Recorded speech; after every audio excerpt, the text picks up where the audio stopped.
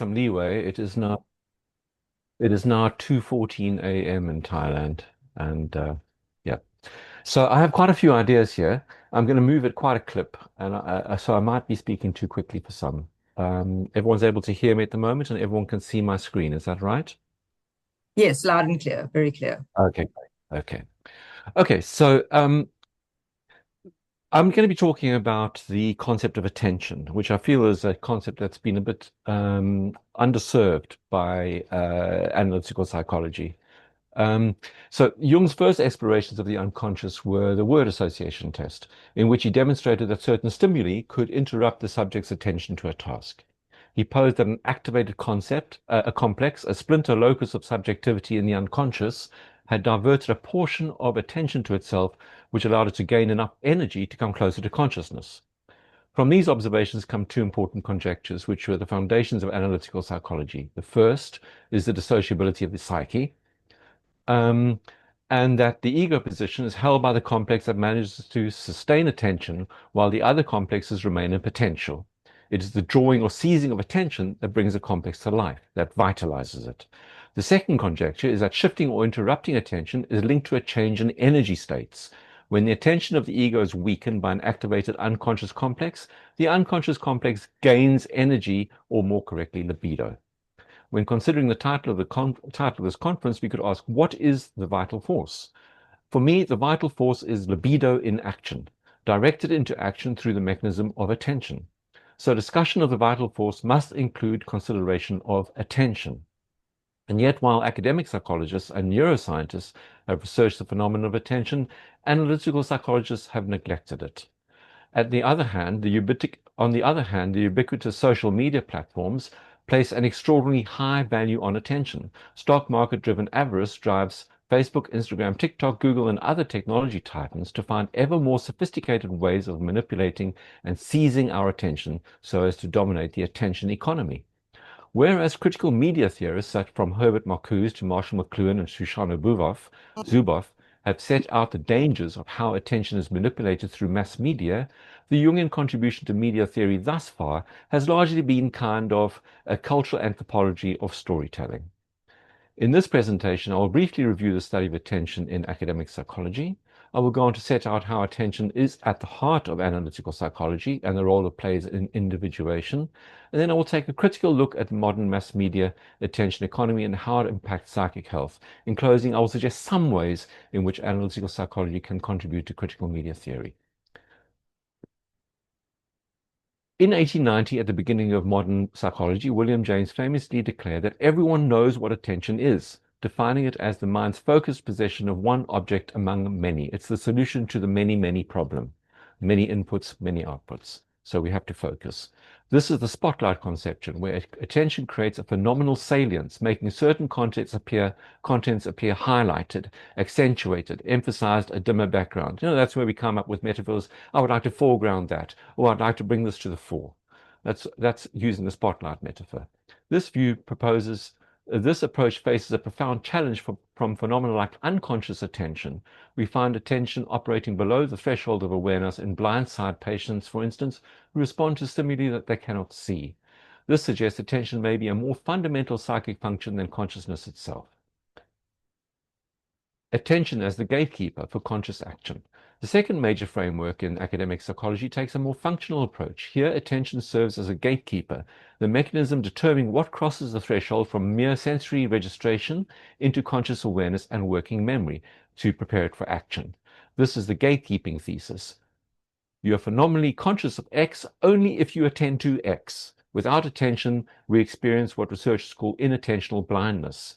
Objects plainly visible, yet are utterly unseen. The famous example was the experiment where observers were instructed while watching a basketball game to count how many times the ball was passed, and they failed to notice a person in a gorilla suit walking right through the center of the court. Attention and self-awareness. Attention can be directed inward as introspective attention, making our own phenomenal experience this object of scrutiny. In fact, David LaBerge's theory suggests that sustained attention actually requires an internal representation of the self, the idea of a homunculus that is actually paying attention. a motivating center that directs and mains focus. When we adopt an internal attentional focus, we invoke the self system, triggering self-evaluation and self-regulatory processes. This creates what researchers call the feeling of being in control of one's mind, the subjective sense of agency. But here's the paradox that could fascinate us. States of highly focused, effortless attention, called flow, correlate with a dissolution of self-consciousness. The distinct sense of self drops away, and this is what people who, elite athletes or elite performers, train for. They train so that they don't have to pay attention consciously while they're performing a task. Imagine if a concert pianist suddenly started to try to move their fingers voluntarily during a performance. The performance would be ruined. This last observation suggests that attention may not require consciousness. This raises a profound possibility. Perhaps attention is not the gatekeeper admitting content to awareness, but rather consciousness is merely the reporter of selections attention has already made, suggesting selfhood emerges from rather than direct attentional processes. So this brings us closer to depth psychology. The concept of libido is a foundation stone of our model, central to how Jung differentiated himself from Freud, and yet we don't address it as a concept or use it much anymore. Over the past century, we have focused mostly on the quality of relations between subjects and objects, but not the living flow of energy which actually enlivens those relations, libido. As I set out in the introduction, I think that a useful definition of vital force is libido under attention. In terms of the hydraulic metaphor favored by both Freud and Jung in their early years, it was the flow of libido down a gradient from high concentration to low concentration that provided the dynamism for psychic processes, becoming the vital force. For libido to be able to flow and create energy, it needs to be accumulated or dammed up, much as in a hydroelectric dam. The accumulation of libido can happen passively, as in the case of neurotic fixation or possession by a complex, or it can be accumulated intentionally through the mechanism of attention. In his ETH lectures, Jung discussed the spiritual exercises of Ignatius of Loyola as a mechanism to arrest the natural flow of libido, which he saw as typically scattered freely among various external and objects and internal complexes, and he argued that the exercises utilize unwavering attention to force a retraction of the libido from the world and act as a burning lens that concentrates its energy inwardly to shape the soul. So clearly, Jung saw attention as playing a very important role in managing the flow of libido. Similarly, in Freud's model, where the id is a font of untamed libido that erupts out into the world, shaped by instinctual drives to cathect objects, once cathected, an object seems to the ego to glow with libido, and the ego is both fascinated by the object, drawn to the object, and at the same time envious of the object.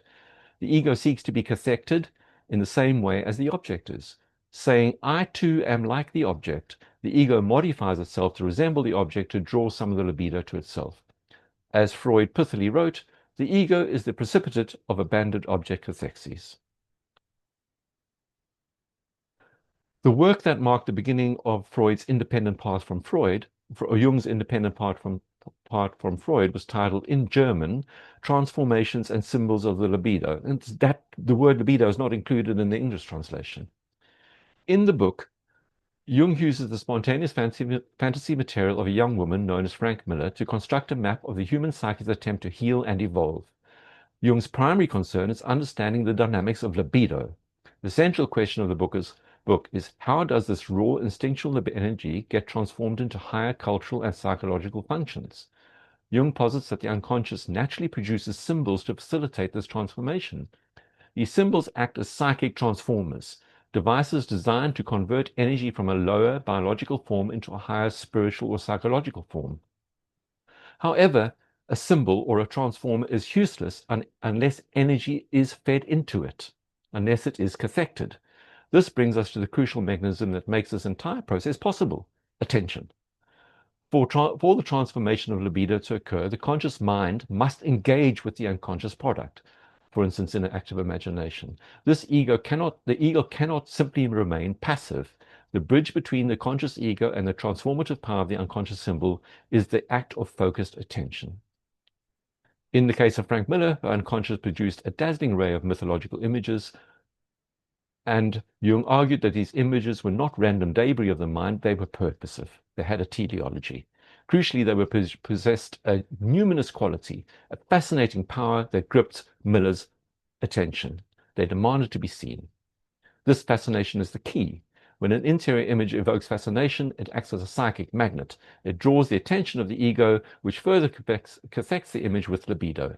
Therefore, as Miller's attention was captured by these spontaneous arising fantasies, she was effectively emptying the energy out of her stuck complexes into the symbolic machinery of the unconscious.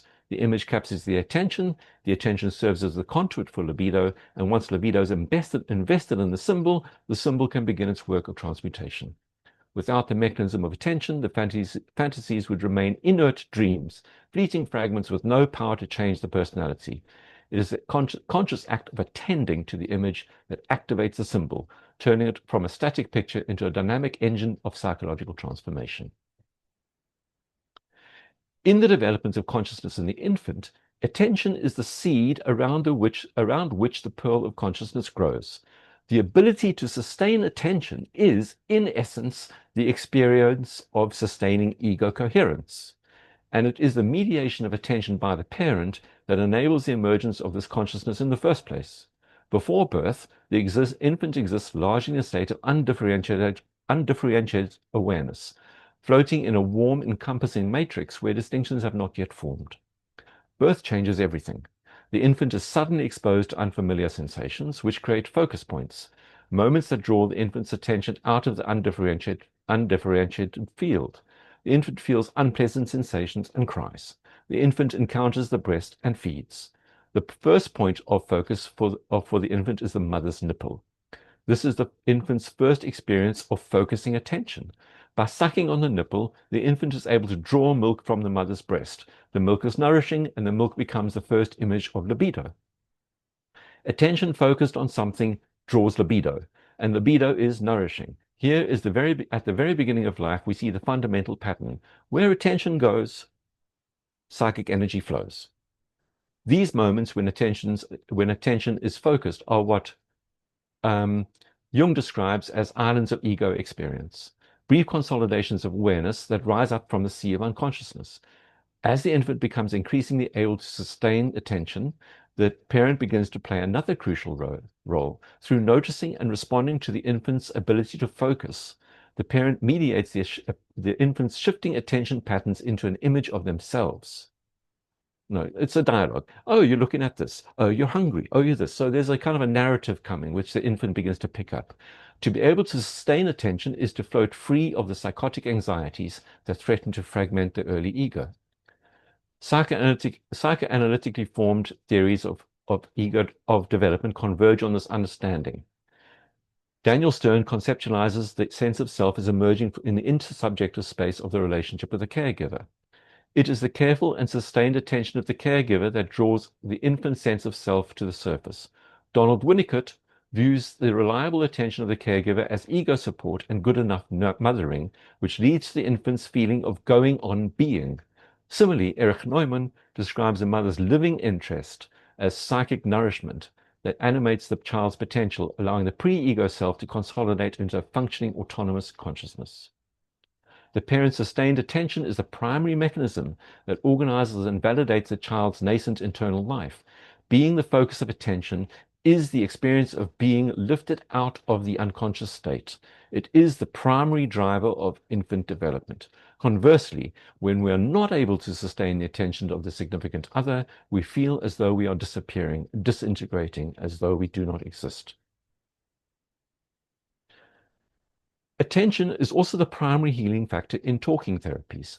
In Mysterium Conjunctionis, Jung underscores the crucial role of attention in facilitating psychic transformation when he says, "It is rarely as if attention warmed the unconscious and activated it, thereby breaking down the barriers that separate it from consciousness." Freud directs the analyst to apply evenly suspended attention.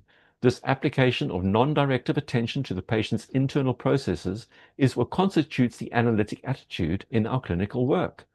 When attention has this quality, the paper's free association becomes more and more authentic, with the flow of attention increasingly directed from the patient's own internal world.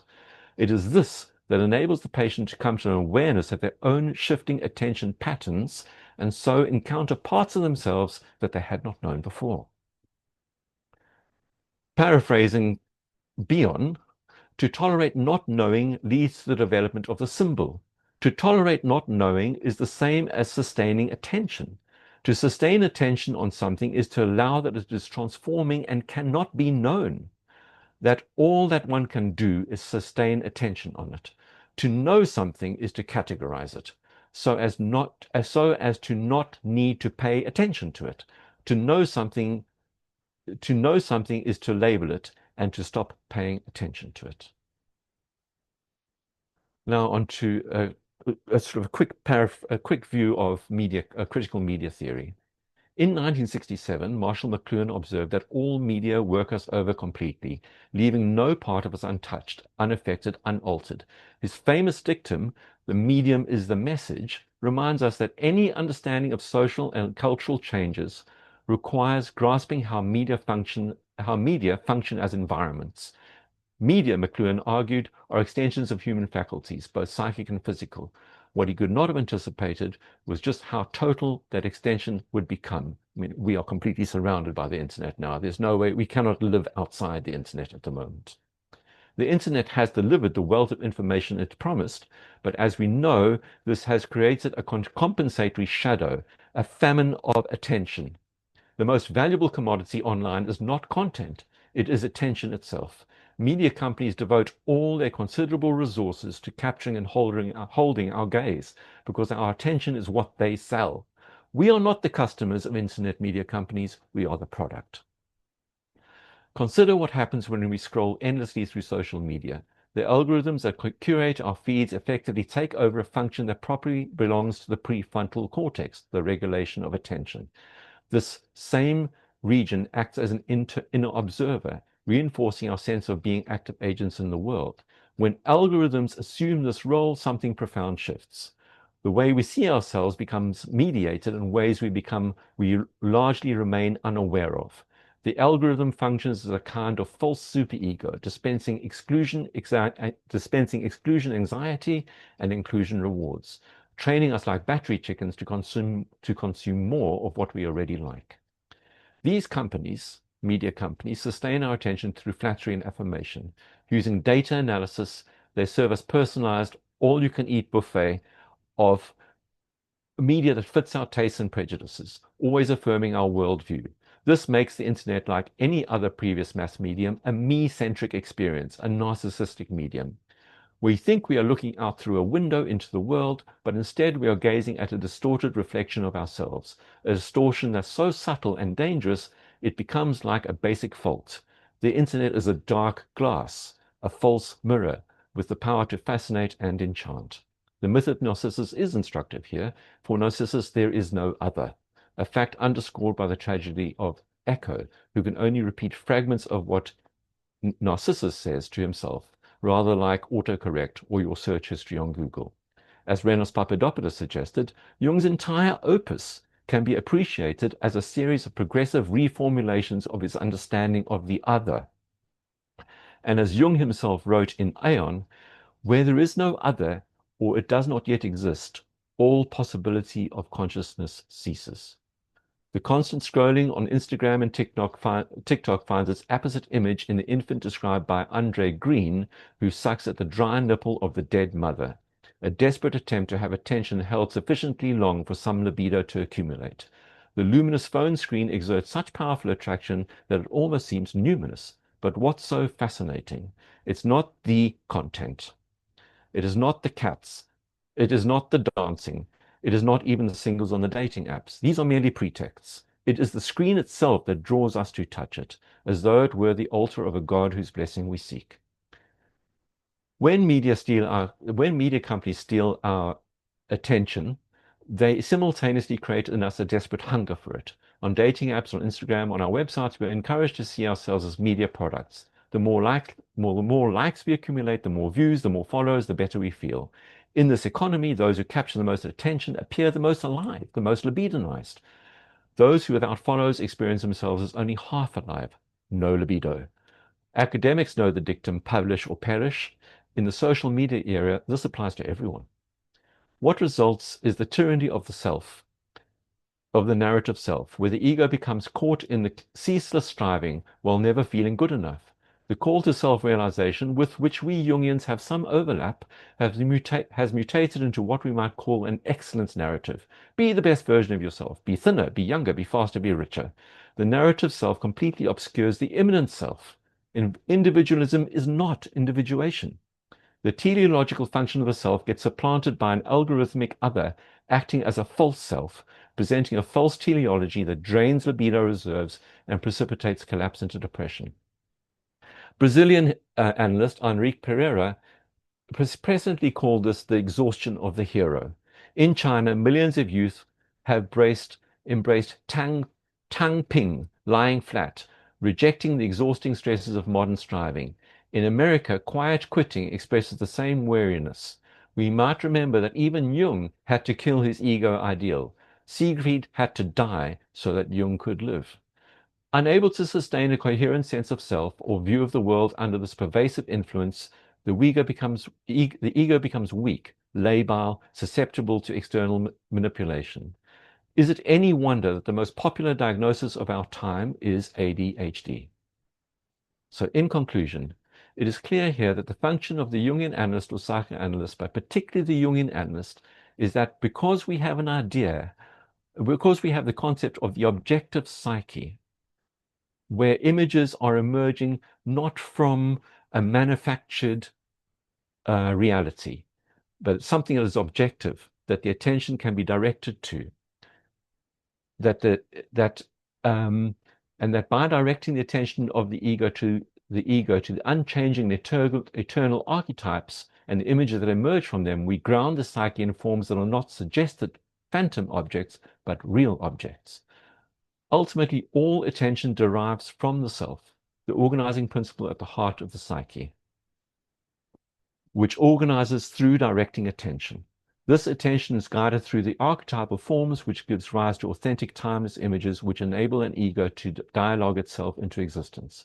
In the story that Marie-Louise von France tells of a patient who had a shocking encounter with a goat in an act of imagination, it is when the images of the unconscious on which we have been focusing attention suddenly focus attention back on us that we begin to understand that the source and ultimate object of focused libido of our attention is the self. Thank you for your attention tonight. I hope that you've experienced some coherence in what I've said and that you've perhaps recognized some of your own experience. Thank you, Stephen. Certainly is a lot to attend to and to give us a lot to think about. Okay, I'm going to see if I can stop sharing. All right.